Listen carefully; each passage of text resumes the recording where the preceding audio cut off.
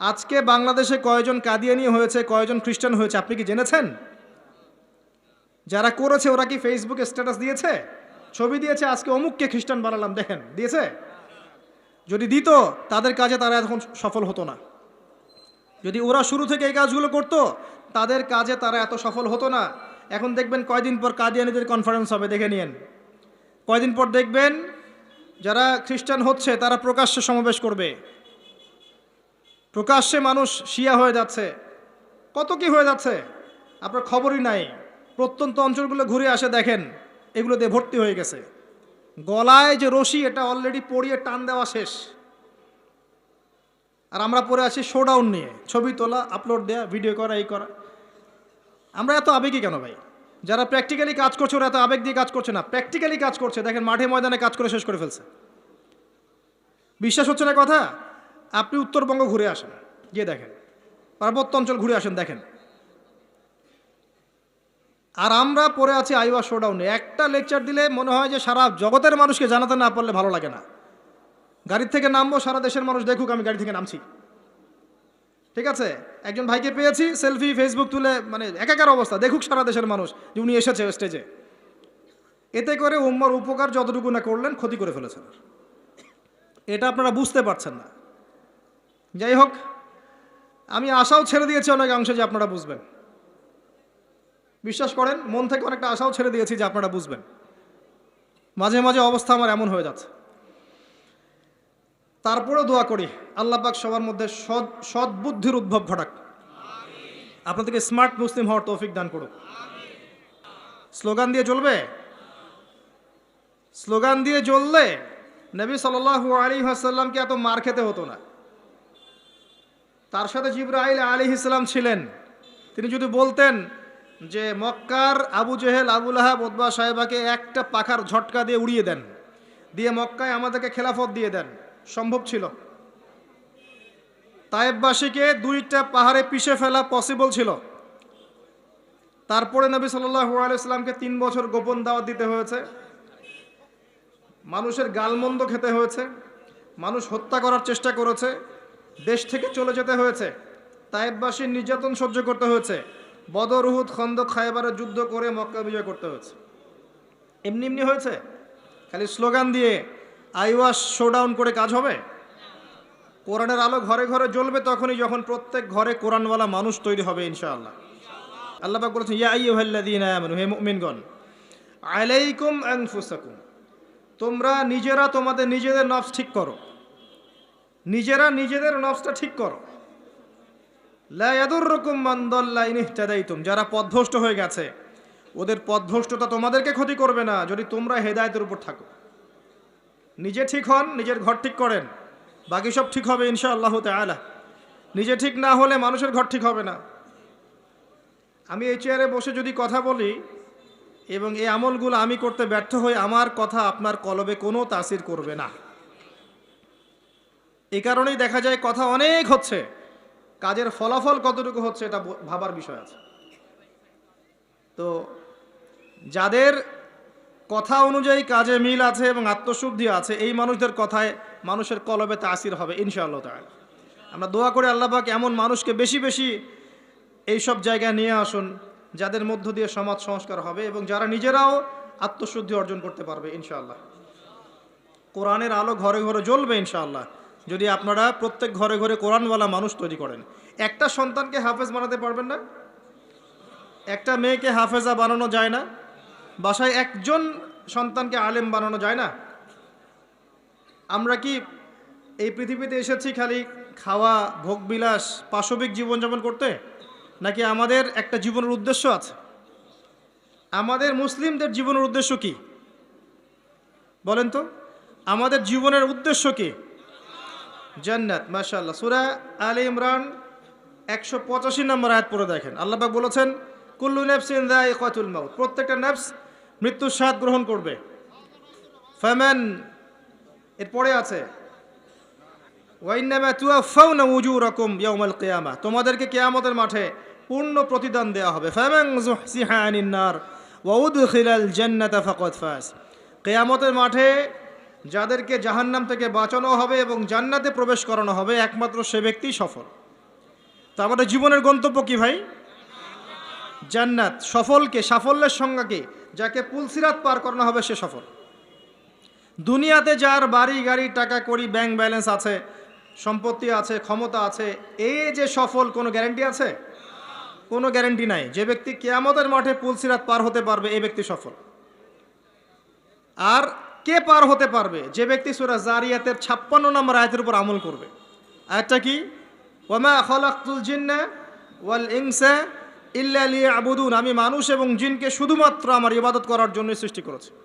তো পৃথিবীতে যে আল্লাহর ইবাদত করবে, যার জীবনের গন্তব্য ঠিক রাখবে, সে ব্যক্তি সফল, আর কেউ সফল না। তা আমাদের উদ্দেশ্য কি ভাই? খালি বিয়ে করা, ঘর সংসার করা, বাচ্চা পয়দা করা, মারা যাওয়া?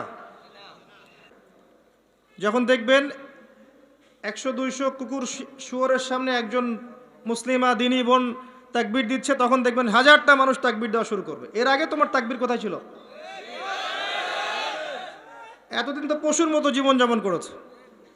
এখন একটা মেয়েকে আল্লাহ পাক জজবা দিয়েছেন, এখন দেখবেন যে কোনোদিন নামাজও পড়ে নাই, সেও আল্লাহু আকবার লিখে ফেসবুকে স্ট্যাটাস দিচ্ছে। তোমার আল্লাহু আকবারের কিছু যায় আসে না। আল্লাহু আকবার দেওয়ার মানুষ আল্লাহ পাক তৈরি করবেন ইনশাআল্লাহ। আর আল্লাহ পাকের গরু ছাগলের প্রয়োজন নাই, আনআমের প্রয়োজন নাই। লাহুম কুলুবুন লা ইয়াফকাহুনা বিহা, আছে না? ওয়া লাহুম আযানুন লা ইয়াসমাউনা বিহা ওয়া লাহুম আ'য়ুনুন লা ইউবসিরুনা বিহা উলাইকা কাল আনআম। এই আনআমদের আল্লাহর কোনো প্রয়োজন নাই। আল্লাহ পাক তার দিনকে বিজয় করার জন্য আল্লাহর মুখলেস বান্দা তৈরি করবেন ইনশাআল্লাহ। একজন সরে যাবে 10 জন আসবে, 10 জন সরে যাবে 100 জন আসবে। ছেলে থাকবে না, মেয়ে আসবে। এই প্রজন্ম থাকবে না, নতুন প্রজন্ম আসবে। আল্লাহ পাক এই দিনটাকে প্রতিষ্ঠা করবেনই ইনশাআল্লাহ। এ বিষয়ে কোনো সন্দেহ নাই, সন্দেহের কোনো অবকাশই নাই। যদি আমরা দায়িত্ব পালন না করি, ইয়াস্তাবদিল কওমান গায়রাকুম, অন্য কওমকে আল্লাহ পাক স্থলাভিষিক্ত করবেন। সুম্মা লা ইয়াকুনু আমসালাকুম, তারা তোমাদের মতো অপদার্থ হবে না। আল্লাহর কিচ্ছু যায় আসে না আপনাকে আমাকে, জানেন? এই যে আমরা বেঁচে আছি, দুনিয়ার বোঝা হয়ে বেঁচে আছি। আমরা পৃথিবীর বোঝা, এই উম্মতের বোঝা, আবর্জনা। আমরা প্রত্যেকেই, আমি নিজেকেও বলছি, আমরা উম্মার আবর্জনা। আমরা যদি উম্মার কিছু হতাম, আমাদের দ্বারা উম্মা বিজয় লাভ করত। আমাদের টার্গেট এখন একটা, দুনিয়া। আমাদের টার্গেট দুনিয়া, ভোগবিলাস, খাওয়া দাওয়া, ব্যাংক ব্যালেন্স, টাকা পয়সা, বাড়ি গাড়ি, স্ত্রী সন্তান, এতটুকু। মাঝে মাঝে আমরা জুমার নামাজে আসি, ঈদের নামাজ পড়ি, রমজান মাসে রোজা না রাখলেও তারাবিতে আসি, যাকাত দেই কি না দেই, সদকা একটু করি, বছর বছর হজ উমরা করি, টুপি লাগাই, দাড়ি লাগাই, ব্যাস ভোটের সিজন আসলে আবার ওইটা দিয়ে ভোট চাই। এই হলো আমাদের চরিত্র। এখন আমাদের আল্লাহর কোনো প্রয়োজন নাই। আল্লাহ পাক বলেছেন, ইন তানসুরুল্লাহ ইয়ানসুরকুম, তোমরা যদি আল্লাহকে সাহায্য করো তখন আল্লাহ তোমাদেরকে সাহায্য করবেন। ইন্নাল্লাহা লা ইউগাইয়িরু মা বিকওমিন হাত্তা ইউগাইয়িরু মা বিআনফুসিহিম, কোন কওমের অবস্থা আল্লাহ পাক ততক্ষণ ঠিক করেন না যতক্ষণ ওই কওম তাদের অবস্থা সংশোধন করছে না। আলাইকুম আনফুসাকুম, নিজের নফস ঠিক করো, নিজে ঠিক হও। বেসিক জিনিস ঠিক নাই তো আমাদের। বড় বড় চিন্তা করছেন, বেসিকটা ঠিক নাই তো। দেখবেন ম্যাক্সিমাম মানুষ নামাজ পড়ছে না, ম্যাক্সিমাম মানুষ কোরআন পড়তে জানে না। বেশিরভাগ বোন আমাদের বেহায়াপনা, বেপর্দায় চলছে। ম্যাক্সিমামের রিজিক হারাম, জানেন? ম্যাক্সিমাম রিজিক হারাম, সুদ আর ঘুষ আর জেনার, এই যে দুর্নীতি, করাপশন দিয়ে ভর্তি। আল্লাহর ওয়াস্তে সত্য কথা বলতে শেখেন, নিজের নফসের সাথে সত্য বলেন যে আসলেই আমার রিজিকটা কতটুকু হালাল। সুদবিহীন মানুষ খুঁজে পাওয়া দুষ্কর। এখন সুদ খায় না, বা সুদ দেয় না, বা সুদের সাক্ষী থাকে না, বা লিখে রাখে না, বা লোন নেয়নি, এরকম মানুষের সংখ্যা খুব কম। 2-1টা হাতে গোনা পাবেন কিনা আল্লাহ ভালো জানে। একটা গ্রামে যাবেন, প্রত্যন্ত গ্রাম, সেখানে দেখবেন 10টা সুদী এনজিও ভরে আছে। রিজিক আমাদের হারাম। ম্যাক্সিমাম পরিবারকে গিয়ে দেখেন, পরিবারের মধ্যে পর্দা থাকবে না। ম্যাক্সিমাম পরিবার দেখেন বস্তুবাদী, খালি দুনিয়ার পিছনে ছুটছে। সাংস্কৃতিক অঙ্গনে গিয়ে দেখেন অপসংস্কৃতিতে ভর্তি হয়ে গেছে। যুবকদের দিকে তাকায় দেখেন, ম্যাক্সিমাম মেজরিটি সংখ্যক মাদকের সাথে সম্পৃক্ত। আপনি দেখবেন হয় মাদক, নাহলে গার্লফ্রেন্ড, নাহলে অহেতুক গেমস অ্যান্ড স্পোর্টস, নাহলে দেখবেন আপনি যে মুভিজ দেখছে, পর্নোগ্রাফি দেখছে, অহেতুক আড্ডাবাজি করে, গুন্ডা মাস্তানি করে সময় নষ্ট করছে। কোনো জীবনের কোনো উদ্দেশ্যই নাই। মানে জীবনযাপন এমনভাবে করছে মানে ও কখনো মরবেই না। মানে ও পরকালের ফিকির তো দূরের কথা, নামাজে ডাকবেন বলবেন প্যান নষ্ট, আমি যাইতে পারি না। ইল্লা মাশাআল্লাহ, এর বাইরে আল্লাহ পাক কিছু মানুষকে তৈরি করেছেন, করবেন এবং করছেন, যাদের জীবনের উদ্দেশ্য জান্নাত, যারা তাওহীদের সাথে শিরককে আপোস করবে না, যারা সুন্নতে থাকবে, বেদাত করবে না, যারা হালাল খাবে, হারামে যাবে না, পরিবারকে ঠিক করে পর্দায় রাখবে, দিনের জ্ঞান অর্জন করবে, প্রচার প্রসার করবে, আগামী প্রজন্ম তৈরি করবে, এবং যাদের মধ্যে আল্লাহর দ্বীনকে প্রতিষ্ঠা করার মুজাহাদা থাকবে। এমন মানুষ আছে, ছিল, ভবিষ্যতে আসবে, তাদের সংখ্যা নিতান্তই কম হবে। কিন্তু তাদের জন্য একটা সুসংবাদ আছে, সেটা হচ্ছে কাম মিন ফিআতিন কালিলা গালাবাত ফিআতান কাসীরা বিইذنিল্লাহ। আল্লাহ পাক বলেছেন কত ছোট ছোট সম্প্রদায় ছিল যারা বড় বড় কওমের উপর বিজয় লাভ করেছে। আগামীতে যখন ইসলামের বিজয় হবে সারা বিশ্বব্যাপী, তখন দেখবেন মুসলিমদের সংখ্যা খুব কম থাকবে। আল্লাহ পাক সব গরু ছাগলগুলোকে শেষ করে ফেলবেন। কিভাবে? এই যে মহামারী দিয়ে শেষ করতে পারেন, অথবা দেখবেন এই যে জালেমের শাসন দিয়ে শেষ করতে পারেন, দেখবেন মুসলিমদের মধ্যে ক্রন্দন লাগিয়ে শেষ করতে পারেন, বা যখন আল্লাহ এবং তার রাসূলকে ভুলে যাবে, বহিঃশত্রুদেরকে চাপিয়ে দিয়ে আল্লাহ পাক শেষ করে দিতে পারেন। আল্লাহর কোনো প্রয়োজন নাই গরু ছাগলের। এবং এখন আমি নিজে এবং আমরা অনেকেই এই গরু ছাগলের মতো জীবনযাপন করছি। আল্লাহ পাক আমাদেরকে বোঝার তৌফিক দান করুন। উদ্দেশ্য থাকতে হবে যে আমার জীবনের উদ্দেশ্য দিন শেখা, বোঝা, প্রচার প্রসার করা, প্রতিষ্ঠায় চেষ্টা করা। তখন গিয়ে আপনি পুরো জীবনের নেকি পাবেন। জীবনে তাওহীদ থাকতে হবে, সুন্নত থাকতে হবে, তখন পুরো জীবনের প্রতিটা কাজ ইবাদত হবে। তার আগে নয়। প্রতিটা কাজ করতে হবে আল্লাহর সন্তুষ্টির জন্যে, তার রাসূলের তরিকায়, এবং আপনার এই আমলগুলো কবুল হবে তখনই যখন রিজিকটা হালাল হবে। অহেতুক শুধুমাত্র প্রোটেস্ট্যান্ট ভার্সনে ইসলাম পালন করে খুব একটা ফায়দা নাই। সুবিধা যতটুকু সুবিধা পালন করলাম, যখন সুবিধা নাই পালন করলাম না, যেটা করলে কোনো সমস্যা নাই করলাম, খাওয়ার পরে মিষ্টি খাইলে কোনো প্রবলেম নাই খাচ্ছি, মধু খাচ্ছি, ঠিক আছে। কিন্তু এমন কিছু কথা বললে সমস্যা বলবো না, কাজ করলে সমস্যা করব না, ঠিক আছে। আপনি দেখবেন নামাজে পাক্কা মুসল্লি, কপালে সেজদার দাগ আছে, অর্থনৈতিক জীবনে পাক্কা সুদখোর, কারণ সুদ ছাড়লে চাকরি থাকে না। বাস্তবতা এমন ভাই, বাস্তবতা খুব কঠিন এবং বাস্তবতা খুবই খারাপ। বাস্তবতা হচ্ছে আমাদের নৈতিক অবস্থা এখন খুব খারাপ। এই জন্য প্রাইমারি লেভেলের কাজগুলো বেশি বেশি করা দরকার এখন। এই জন্য যারা ইসলাহ সংশোধনের চেষ্টা করছে, এইসব আত্মশুদ্ধিওয়ালা মানুষদের সোহবতে গিয়ে থাকেন, আত্মশুদ্ধিওয়ালা মানুষদের সাথে দেখা সাক্ষাৎ করেন, সোহবত নেন, পরামর্শ নেন, জীবন গড়েন। একা একা বই পড়ে বা দুই একটা লেকচার শুনে আপনার সারা জীবন পরিবর্তিত হবে না। কনস্ট্রাকটিভ কাজে আসেন এবং শৈথিলতাবাদী হয়েন না, একই সাথে বলবো চরমপন্থী হয়েন না। চরমপন্থী হলে উম্মার ক্ষতি আছে। এখন উম্মার বেস ঠিক নাই, একটা বাড়ির ভিত্তি এখন ঠিক নাই, এবং যারা ভিত্তি ঠিক করবে এই মানুষদের সংখ্যা দিন দিন কমে গেছে। কমার পিছনে আমাদেরও ভূমিকা আছে, আমরাও তাদেরকে কম বিতর্কিত করতে ছাড়ি নাই, এবং কোনো কোনো ক্ষেত্রে আমরা একে অপরের সাথে গীবত তহমত করে, সমালোচনা করে, কাদা ছড়াছড়ি করে এতটা সময় নষ্ট করেছি যে উম্মার অনেক ক্ষতি হয়ে গেছে। কথাগুলো খারাপ লাগলেও বাস্তব। আমি ইতিহাসের ছাত্র। যখন বাগদাদ আক্রমণ করেছিল এই যে তাতাররা, মঙ্গোলিয়ানরা, এটা জানেন তো? মঙ্গোলিয়ান যারা ছিল, ওই যে হালাকু খা, চেঙ্গিস খানের বংশধর যারা ছিল, এরা যখন বাগদাদ আক্রমণ করেছে, এরা ছিল প্রচণ্ড পাশবিক। মাত্র 40 দিনের মধ্যে এরা 10-20 লাখ মানুষকে হত্যা করে ফেলেছে বাগদাদের। এই হত্যাটা কিন্তু গুলি করে না, জবাই করে। 10 লাখ 20 লাখ মানুষকে জবাই করে হত্যা করা চারটাখানি কথা না। কি পরিমাণে হিংস্র ছিল চিন্তা করেন। ইতিহাসের পাতায় আছে যে মঙ্গলদের এক একজন নারী সে হাজার হাজার মুসলিমকে হত্যা করেছে, এক একটা মহিলা। ওই সময়ে যারা ওই আব্বাসীয় খেলাফতের দায়িত্বে ছিল, এরা সোনা দানা সব জমা করে তাদের এই যে মাটির নিচে জমা করেছিল। আর ওদের লিডার, মঙ্গোলিয়ানদের লিডার যখন এই বাদশাকে গলায় দড়ি দিয়ে শেষরায় নিয়ে যাচ্ছে সবার সামনে, তখন তাকে বলছে তোমাদের সম্পদগুলো কোথায়? সে দেখিয়ে দিল সম্পদ মাটির তলে। তখন সে ওই যে হালাকুখার যে বংশধর লিডার, সে সোনাদানাগুলো বের করে এই বাদশার মুখের মধ্যে ঠোসানো শুরু করলো। খা, খিদা লেগেছে, পানির পিপাসা লেগেছে, তখন তাকে সোনা খাওয়াচ্ছে, রূপা খাওয়াচ্ছে, খা। তো সে বলছে আমি কি খাবো, সোনা রূপা তো খাওয়ার জিনিস নয়।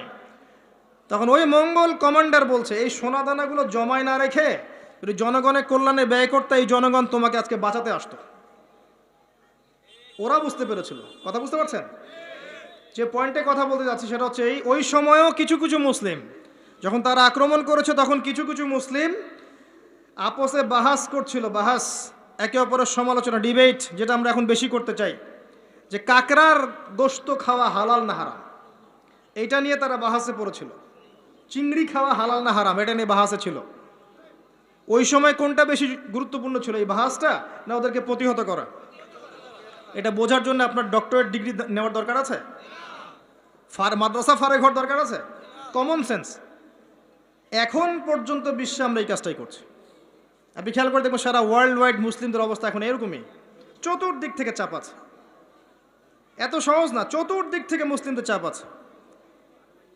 পলিটিক্যাল, জিওপলিটিক্যাল, ইকোনমিক্যাল, সামাজিক, সোশ্যাল, আপনার এই যে সাংস্কৃতিক চাপ, অর্থনৈতিক, প্রত্যেকটা দিক থেকে দেখবেন নৈতিকতার অবক্ষয় আছে। এখনও আমরা ওই বিষয়গুলো নিয়েই ইখতলাফে ব্যস্ত আছি। একে অপরের গীবত করছি, সমালোচনা করছি, গীবত তহমত দিচ্ছি, একে অপরের নিন্দা না করতে পারলে ওয়াজ মাহফিল সুষ্ঠুভাবে হচ্ছে না, ইত্যাদি ইত্যাদি।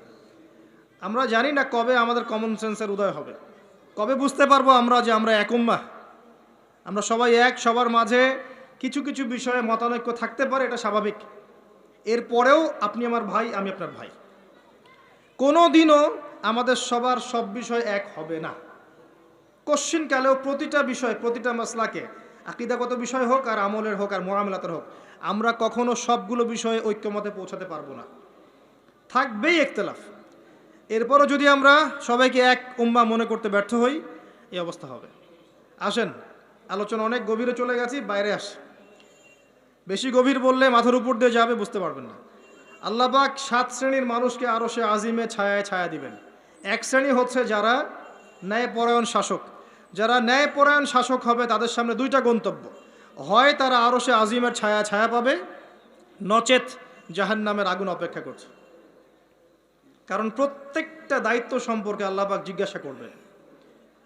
এবং নবী সাল্লাল্লাহু আলাইহি সাল্লাম একটা হাদিসের মধ্যে বলেছেন যে তোমরা কি জানো কিয়ামতের মাঠে সবচেয়ে বড় মিসকিন কারা হবে? সাহাবায়ে কেরাম বলছেন, আমরা তো মনে করি যার সম্পদ কম, অর্থবিত্ত কম, সেই সবচেয়ে বেশি মিসকিন, সবচেয়ে বড় মিসকিন। আল্লাহর নবী সাল্লাল্লাহু আলাইহি সাল্লাম বলছেন, বরং প্রকৃত মিসকিন সে ব্যক্তি যে কিয়ামতের মাঠে নামাজ, রোজা, হজ, যাকাত, আমলের নেকি নিয়ে উঠবে, পাহাড় সম নেকি নিয়ে উঠবে, কিন্তু অনেক পাওনাদার দাঁড়িয়ে থাকবে। কারো হক নষ্ট করেছে, কারো গীবত করেছে, কারো অপবাদ, কাউকে অপবাদ দিয়েছে, কাউকে অত্যাচার করেছে, সবাই দাঁড়িয়ে থাকবে। এদের হক আদায় না করা পর্যন্ত সে পুলসিরাত পার হতে পারবে না। তখন কি করতে হবে? নিজের নেকি ওদেরকে দিতে হবে, কারণ তখন কোনো বেচা কেনার সুযোগ নাই, হক আদায়ের কোনো সুযোগ নাই। নিজের নেকি ওদেরকে দিয়ে শোধ করতে হবে। নেকি শেষ হয়ে গেলে কি হবে? অন্যের গুনাহ তার আমলনামায় আসবে, পরে দেখা যাবে ওই ব্যক্তি জান্নাতে চলে গেছে আর এই ব্যক্তি পাহাড় সমান নেকি নিয়েও জাহান্নামে চলে গেল। অতএব দায়িত্ব যারা পালন করবেন তাদেরকে খুব সতর্ক সাবধান থাকতে হবে যে আপনার দ্বারা কল্যাণ ছাড়া যেন অকল্যাণ না হয়। আল্লাহ পাক তৌফিক এনায়েত করুন, আমিন। দ্বিতীয় শ্রেণী হচ্ছে সেই যুবক বা যুবতী যারা নিজেদের যৌবনটাকে আল্লাহর ইবাদতে কাটিয়েছে। এই হাদিসের বাস্তবতা এসে দেখেন আমাদের যুব সমাজ কিভাবে তাদের জীবনটা কাটাচ্ছে। আমার চেয়ে ভালো আপনারা বলতে পারবেন যে সকাল থেকে সন্ধ্যা পর্যন্ত আমাদের যুবক যুবতীরা করছেটা কি। কতজন যুবক নামাজ পড়ছে মসজিদে এসে, কতজন যুবক কোরআন তেলাওয়াত করে নিয়মিত। নবীর সুন্নাহগুলো ওদেরকে শিখিয়ে দিতে হয়। ইভেন নবী সাল্লাল্লাহু আলাইহি ওয়াসাল্লামের স্ত্রীদের নাম ওদেরকে বলে দিতে হয়। এখনই আমি জিজ্ঞাসা করছি, দেখেন অ্যান্সার কতজন দিতে পারে। নবী সাল্লাল্লাহু আলাইহি ওয়াসাল্লামের দ্বিতীয় স্ত্রীর নাম কি? হাত উঁচু করেন। যুবকদের বলছি, যুবকদের যারা পারবেন জাস্ট হাতটা উঁচু করেন। নবী সাল্লাল্লাহু আলাইহি ওয়াসাল্লামের দ্বিতীয় স্ত্রীর নাম কি? দাঁড়ান দাঁড়ান দাঁড়ান, এই দেখেন হাত দেখেন। এবং যারা হাত উঁচু করেছেন ওদের মধ্যে একজনকে জিজ্ঞাসা করছি, আপনি উত্তর দেন, নাম কি? জি, আপনাকে বলেছি নাম বলেন দ্বিতীয় স্ত্রীর। বসেন। উত্তর যে 4 জন দিয়েছে তার মধ্যে একজন ভুল উত্তর দিয়েছে। এই হচ্ছে বাস্তবতা। আপনাকে আমি চোখে আঙ্গুল দিয়ে দেখালাম যে যুবকদের কি অবস্থা। এখানে আছে বসে হাজার হাজার মানুষ, হাত তুলেছে 5-6 জন। এটা একটা কমন প্রশ্ন, আমাদের নবীজির দ্বিতীয় স্ত্রীর নাম কি? একবার যে সিরাত পড়েছে সেও জানে। দেখবেন এই যুব সমাজ ফিজিক্স পড়েছে, কেমিস্ট্রি পড়েছে, বায়োলজি পড়েছে, ইকোনমিক্স পড়ছে, পলিটিক্যাল সায়েন্স পড়ছে, আপনার জিও পলিটিক্স পড়ছে, ইউনিভার্সিটি কোচিং করছে, বিসিএস কোচিং করছে, চাকরির জন্য পরীক্ষা দিচ্ছে। এরা এমন কোনো বই নাই যে সেকুলার লাইনে পড়ে নাই।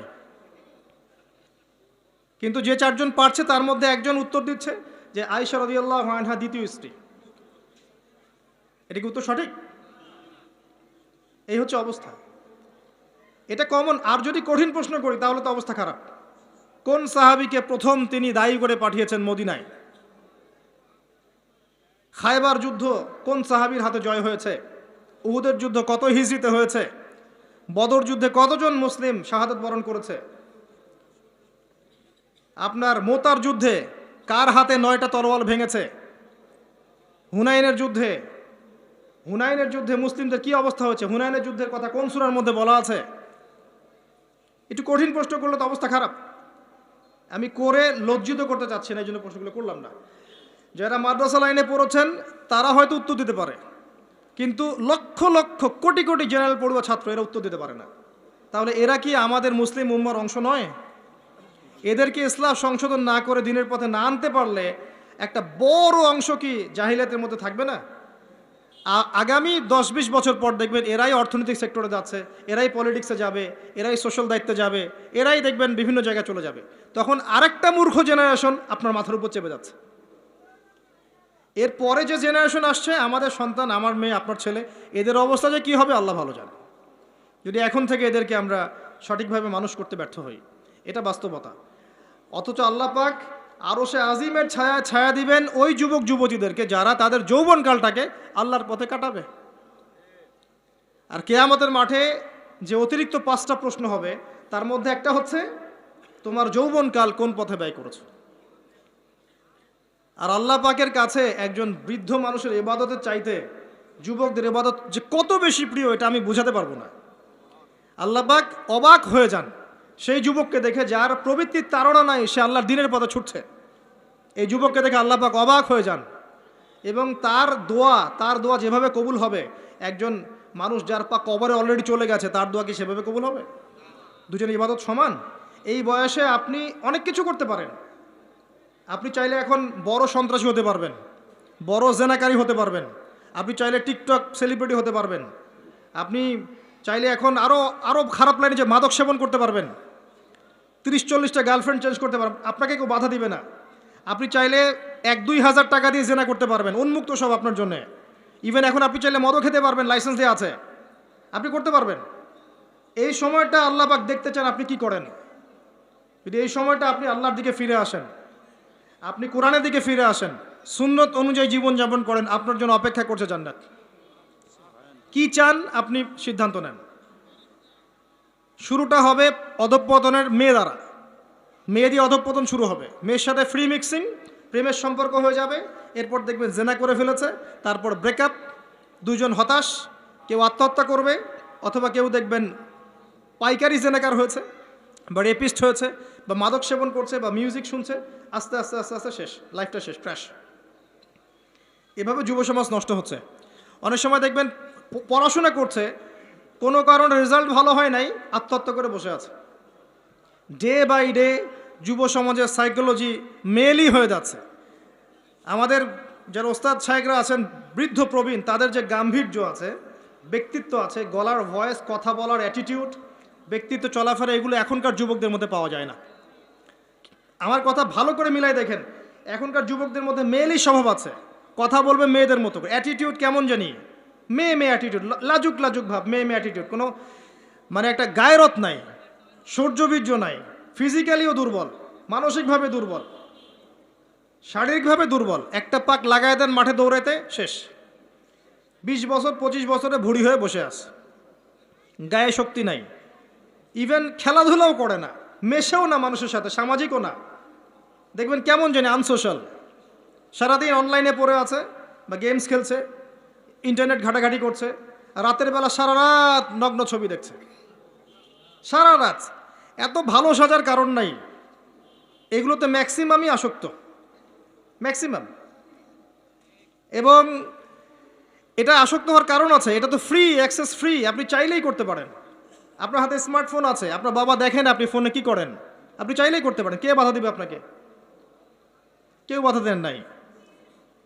আর এই যে গার্লফ্রেন্ড বয়ফ্রেন্ড সংস্কৃতি যখন থেকে ছড়িয়েছে, যা ইচ্ছা তাই করছে এরা। এবং এখন এই কাজগুলো শুধু ছেলেরা করছে না, মেয়েরাও করছে। মেয়েরাও মাদক সেবন করে এখন, জানেন? মেয়েরাও পর্ন দেখে। আর মেয়েদের ড্রেস আপ তো আমি বলার অপেক্ষা রাখে না। নতুন কি প্রোডাক্ট আসলো, নতুন কি কসমেটিক্স আসলো, নতুন কি ডিজাইন আসলো, নতুন কোন সিরিয়াল আসছে, কোন নায়িকা নতুন ডিজাইন ফ্যাশন করলো, সব নিয়ে ব্যস্ত হয়ে আছে। আমি ওইদিকে আসবো পরে। এতটুকু বলছি, এই যুবক যুবতীর জন্য আল্লাহ পাক আরশে আজিমের ছায়া রাখেন নাই। উম্মার জন্যে জীবন দেয়া অনেক পরের কথা। যদি দেশের জন্য জীবন দেওয়ার প্রশ্ন আসে, এরা তাও দিতে পারবে না। আমি চ্যালেঞ্জ করলাম। এরা সেই জেনারেশন নয় যে জেনারেশন 71 সালের অস্ত্র হাতে নিয়েছিল পাকিস্তানিদের এগেনস্টে। এটা সেই জেনারেশন নয়। এই মাদকাসক্ত জেনারেশন গিয়ে এটা আপনি আশা করতে পারেন না। নৈতিকতার অধঃপতন আছে এদের মধ্যে, মানবিকতা নাই, নৈতিকতা নাই। রেপিস্ট জেনারেশন, জেনাকারী জেনারেশন, মাদকাসক্ত জেনারেশন। একে দিয়ে আপনি সেই বিষয় পাবেন না। ওটা আমাদের বাপদাদারা করে গেছে। সলিউশন কি? সলিউশন একটাই, এদেরকে নামাজি বানাতে হবে। 5 ওয়াক্ত নামাজি হলে লাইফটা রুটিন ওয়াইজ চলে আসবে, ডানে বামে যেতে পারবে না। এদেরকে প্রশান্তির উৎস দিতে হবে। এদের প্রশান্তির উৎস হচ্ছে একটা কোরআন, এবং দ্বিতীয়টা হচ্ছে এদের বয়স হয়ে গেলেই এদেরকে বিয়ের ব্যবস্থা করতে হবে। তৃতীয়টা হচ্ছে এদের বেকারত্ব দূর করার চেষ্টা করতে হবে। এবং সবসময় একই ধাঁচে বেকারত্ব দূর করার চেষ্টা করলে হবে না। ক্রিয়েটিভ কিছু করেন, আপনার প্রতিভা দিয়ে এমন কিছু করেন যেটা ক্রিয়েটিভ। আপনার ক্রিয়েটিভিটি কাজে লাগান, সমাজকে কিছু দেন, দেশকে কিছু দেন, রাষ্ট্রকে কিছু দেন। এদের প্রশান্তির উৎস হচ্ছে সুন্নাহ। সুন্নাহ মাফিক জীবনযাপন করার অভ্যস্ত, সুন্নাহ মাফিক জীবনযাপনে অভ্যস্ত করতে বলেন। এই কাজগুলো না করতে পারলে, এবং আল্লাহওয়ালা মানুষের কাছে নিয়ে আসেন, আল্লাহওয়ালা মানুষদের কাছে এদেরকে নিয়ে আসেন, সহবতে আনেন, দেখা করান, আলেমদের কাছে দেখা করান, মেশান, তাদেরকে দেখে তারা দিন শিখবে। আল্লাহর রাস্তায় সময় দিতে বলেন, আস্তে আস্তে দেখবেন ইনশাল্লাহ লাইনে আসছে। আদারওয়াইজ আপনি এই জেনারেশনকে দিয়ে আগামীর ভবিষ্যৎ আশা করতে পারেন না। বাস্তবতা খুব খারাপ। বাইরে যা দেখা যাচ্ছে ভিতরটা এমন নয়। ভিতরে ঢোকেন, দেখবেন নোংরামি দিয়ে ভরে গেছে সব কিছু। অনেক সময় দেখবেন বাইরে থেকে যাদেরকে দেখে পরিষ্কার মনে হচ্ছে, এদের ভিতরেও নোংরামি ধরে গেছে। এইগুলো দূর করার জন্য একটাই ওষুধ, তাসকিয়া, আত্মশুদ্ধি। আমি সবাইকে অনুরোধ করব, আল্লামা তকি উসমানী হাফিজাহুল্লাহর একটা বই পড়তে। আত্মশুদ্ধি ও তাসাউফ একটা বই আছে। আত্মশুদ্ধি ও তাসাউফ একটা বই আছে, আপনি পড়েন। আমি আপনাকে এনশিওর করছি, আপনার কাছে মনে হবে যে প্রতিটা লাইন আপনার জন্য লেখা হয়েছে। প্রত্যেকটা লাইন পড়বেন, মনে হবে আপনার জন্যই লেখা হয়েছে বইটা। একবার বইটা পড়ে স্বাদ মিটবে না, বারবার পড়তে ইচ্ছা করবে। একটা বই পড়েন। আর অনেক বইয়ের নাম বলতে পারতাম আমি, কিন্তু আমি এখন যেটা ফিল করছি, সবচেয়ে দুর্বল জায়গা আমাদের আত্মশুদ্ধির জায়গাটা। আত্মশুদ্ধি না আসলে আপনি এই খবিস কলবগুলোকে দিয়ে আলো জ্বালাতে পারবেন না, এটা সম্ভব না। আল্লাহর ওয়াস্তে বইটা পড়েন। কিনতে পারবেন? বাসায় লাইব্রেরি আছে কার কার? হাত তোলেন। বাসায় দিন ইসলামের দিনিয়াত লাইব্রেরি কার কার আছে? ইসলামী বইয়ের লাইব্রেরি আছে ব্যক্তিগত সংগ্রহে? লাইব্রেরি করেন, দেখেন লাইব্রেরির সংখ্যা কতগুলো। কিন্তু জেনারেল লাইব্রেরি কয়জনে আছে? হাত তোলেন। স্কুল কলেজ ইউনিভার্সিটির বই দিয়ে ভর্তি কার কার বাড়ি? সবার বাড়ি ভর্তি, মাশাআল্লাহ। তো এগুলো নিয়ে কবরে যাবেন ইনশাআল্লাহ, তাই না?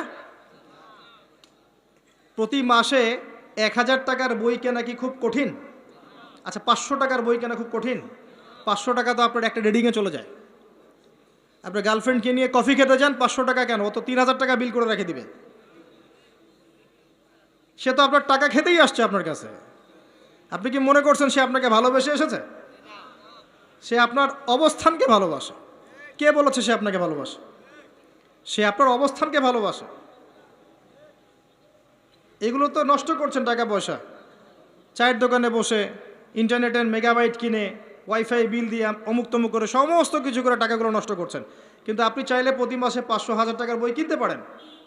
কেনা খুব কঠিন? পড়াশোনা করতে হবে। পড়াশোনার অভ্যাস না থাকলে একদিনের লেকচার শুনে আপনার আদতে কোনো উপকার হচ্ছে না। বিশ্বাস করেন, পড়াশোনা করেন, ইমান বাড়বে, তাজকিয়া হবে। আসেন ওই জায়গায় আসে। ওই যুবক এবং যুবতী যারা নিজেদের যৌবনকালটাকে আল্লাহর পথে উৎসর্গ করেছে, বিলিয়ে দিয়েছে, তারা আরশের ছায়া ছায়া পাবে ইনশাআল্লাহ। 3 নাম্বার হচ্ছে সেই যুবকরা খুব ভালো করে শোনেন, সেই যুবক যাকে কোনো সুন্দরী উচ্চ বংশীয় নারী জেনার জন্য আহ্বান করেছে, ওখানে দেখার কেউ ছিল না, কিন্তু যুবকটা বলেছে আমি আল্লাহকে ভয় করি, আমাকে দেখান, এমন যুব সমাজে যারা চরিত্র ইউসুফের মতো আলাইহিস সালাম। ইউসুফ আলাইহিস সালাম হচ্ছে আপনার চারিত্রিক আদর্শ। পড়ে দেখেন সূরা ইউসুফ। আর অনেকে সূরা ইউসুফকে ইউসুফ জুলাইখার প্রেম কাহিনী বানিয়ে দিয়েছে, তাই না? এগুলো কিন্তু মিথ্যা সিরিয়াল দেখছেন, এগুলো ভালো না সিরিয়ালগুলো, এগুলো কিন্তু বাজে কথা ছড়ানো হচ্ছে। সূরা ইউসুফ জুলাইখার প্রেম কাহিনী ছিল না। সূরা ইউসুফ মূলত ইউসুফ আলাইহিস সালাম এবং তার পিতার প্রেম কাহিনী। ভালো করে পড়ে দেখবেন। সন্তানের জন্য কাঁদতে কাঁদতে তার বাবার চোখ নষ্ট হয়ে গেছে, 12 বছর তার সন্তান জেলখানায় বিনা অপরাধে। তো তিনি বলছেন সিজন, কারাগার আমার কাছে বেশি পছন্দ, তারা যেদিকে আমাকে আহ্বান করছে এর চাইতে বেশি। 12 বছর বিনা অপরাধে জেলখানায়। আল্লাহ পাকের কৌশল ছিল এগুলো। ওয়া মাকারু ওয়া মাকারাল্লাহ ওয়াল্লাহু খায়রুল মাকিরিন।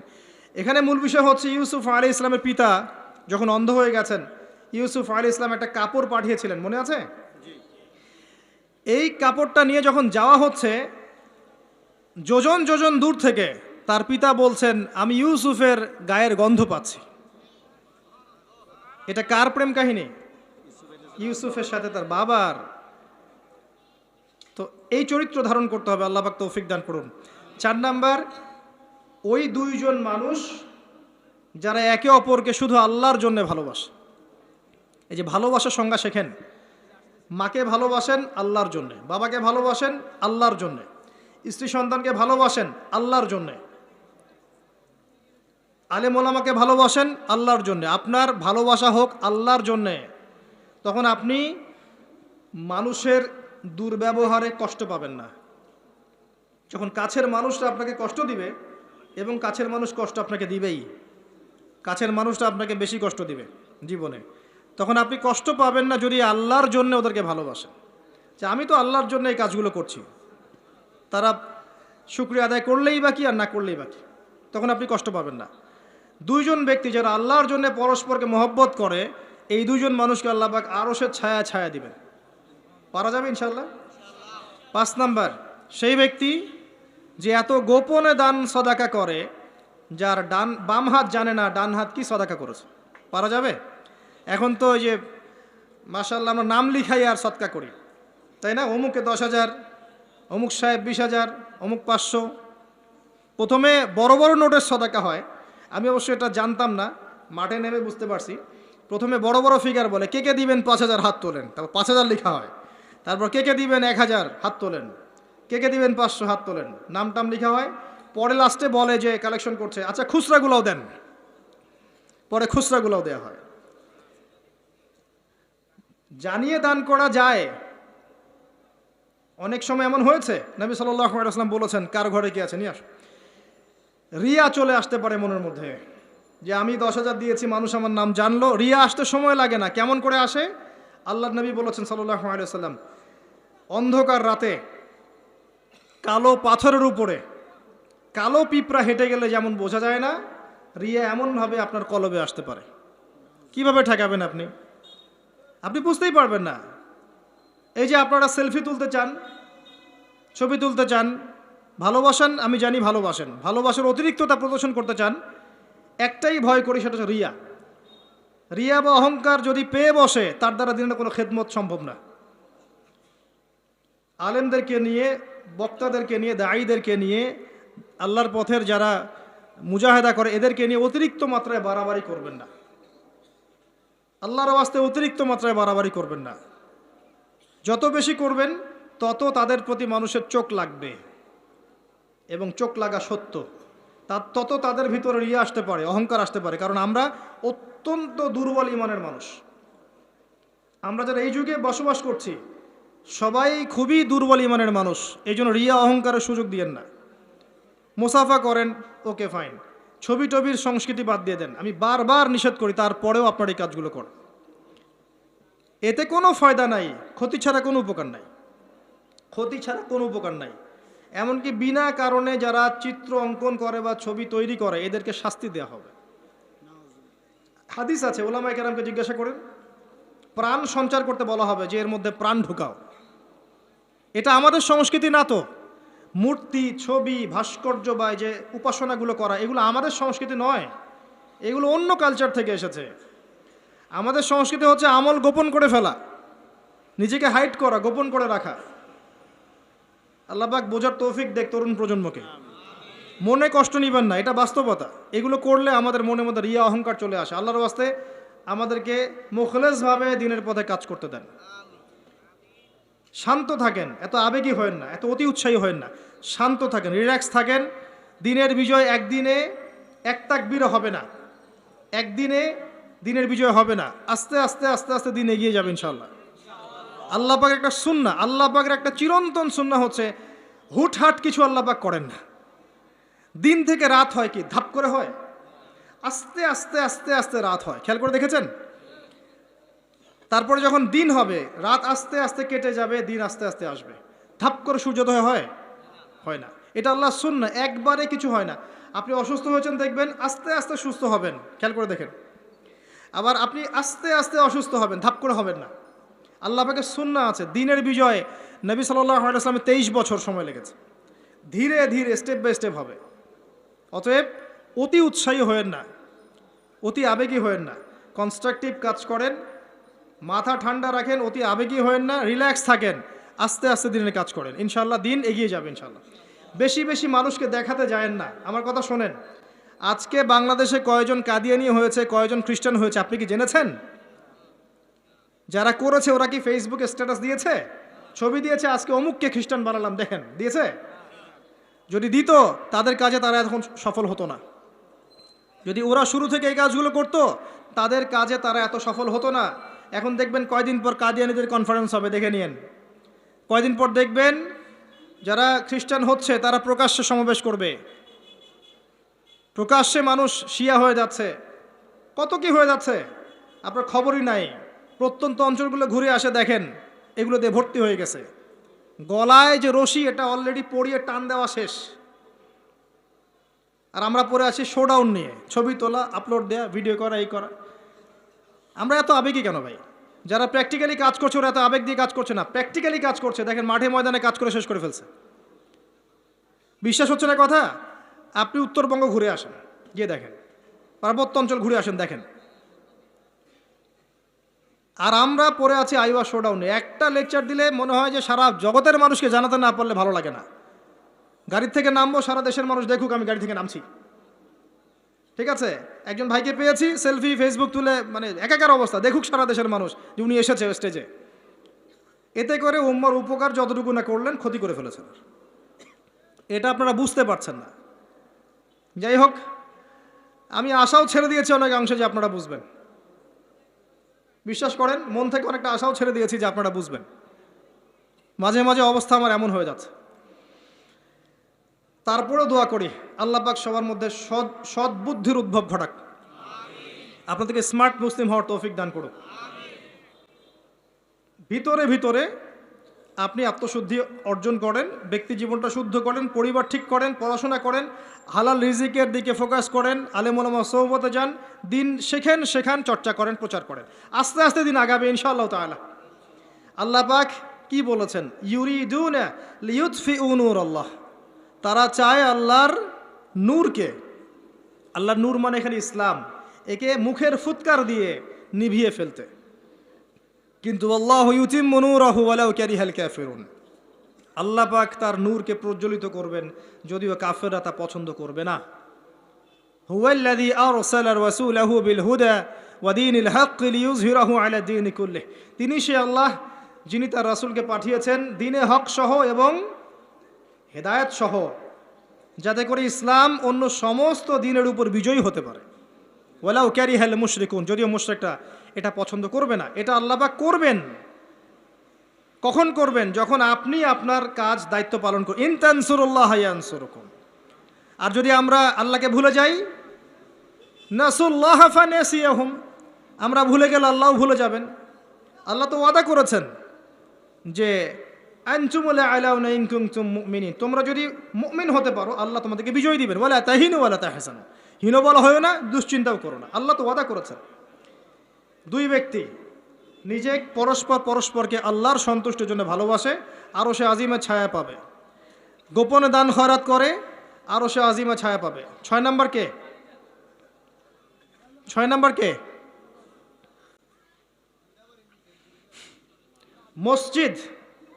মসজিদের সাথে যাদের কলব, অন্তর জুড়ে থাকে, এরা হচ্ছে এক শ্রেণী। আমি সিরিয়ালটা হয়তো ভুল করেছি, বাট এটা আছে 6 এর মধ্যে। 1 নম্বর বলছি ন্যায় পরায়ণ বাদশা। 2 নম্বর যুবক, যার যৌবনকালটা আল্লাহর পথে সে কাটিয়ে দিয়েছে। 3 নম্বর সুন্দরী নারী, আহ্বান করেছে কিন্তু সে বলেছে আমি আল্লাহকে ভয় করি। দান খয়রাত করেছে এত গোপনভাবে, ডান হাত বাম হাত জানে না ডান হাত কি দান করেছে। একটা মিস করেছি মাঝখানে, সেটা হচ্ছে এমন শ্রেণীর মানুষ যাদের হৃদয় বা কলব মসজিদের সাথে ঝুলন্ত থাকে। মানে এক ওয়াক্ত নামাজ পড়ে এসেছে, পরের ওয়াক্তে যাওয়ার জন্য মনটা ব্যাকুল থাকে। এমন 5 ওয়াক্ত নামাজের সংখ্যা আমাকে দেখান কতজন। এবং যারা পড়ছি তারাও নামাজ বুঝে পড়ছে কিনা, নামাজে দিল লাগে কিনা, নামাজ পড়ে তৃপ্তি হচ্ছে কিনা, নামাজ পড়েও হারাম ছাড়তে পারছে কিনা, এগুলো খেয়াল করেন। ফজর এশায় কয়জন আসছে খেয়াল করেন। এগুলো ইম্পর্টেন্ট জিনিস, বেসিক জিনিস। আরেকটা হচ্ছে 7 নাম্বার, যে আল্লাহর স্মরণে যেই ব্যক্তিরা গোপনে চোখের পানি ফেলতে পারে, আল্লাহকে স্মরণ করেছে গোপনে নীরবে নিভৃতে, চোখ দিয়ে দরদর করে পানি পড়ছে, এই চোখ জাহান্নামের আগুন দেখবে না ইনশাআল্লাহ। এই 7 শ্রেণীর মানুষকে আল্লাহ পাক তার আরশের ছায়ায় ছায়া দিবেন। আমরা কি আরশের ছায়া পেতে চাই? আল্লাহ পাক আমাদের এই 7 শ্রেণীর অন্তর্ভুক্ত হওয়ার তৌফিক এনায়েত করুন, আমিন।